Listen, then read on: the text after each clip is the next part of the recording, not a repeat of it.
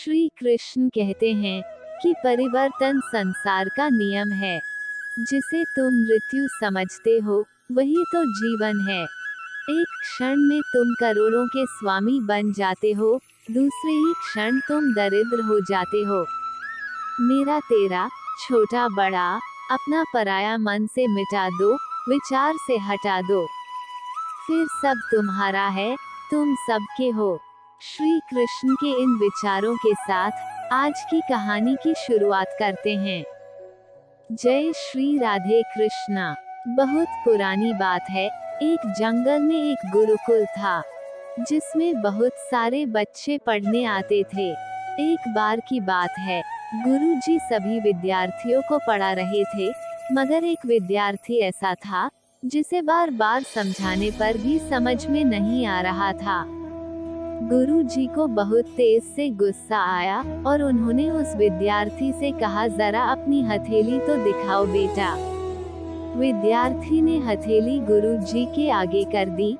हथेली देखकर गुरुजी बोले, बेटा तुम घर चले जाओ, आश्रम में रहकर अपना समय व्यर्थ मत करो, तुम्हारे भाग्य में विद्या नहीं है। शिष्य ने पूछा, क्यों गुरुजी? गुरुजी ने कहा, तुम्हारे हाथ में विद्या की रेखा नहीं है।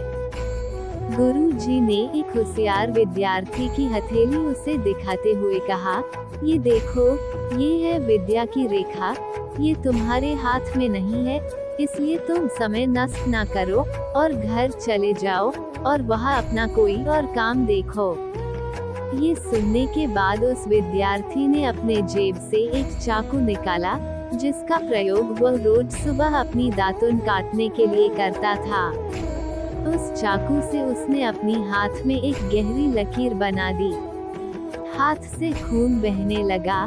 तब वो गुरुजी से बोला, मैंने अपने हाथ में विद्या की रेखा बना ली है गुरुजी।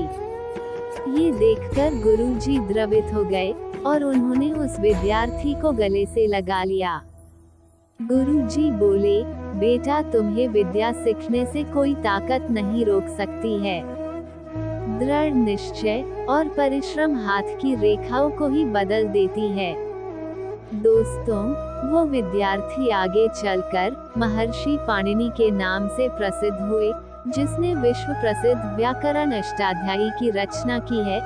इतनी सदियां बीत जाने के बाद आज 2700 वर्षों बाद भी विश्व की किसी भी भाषा में ऐसा उत्कृष्ट और पूर्ण व्याख्या का ग्रंथ अब तक नहीं बना।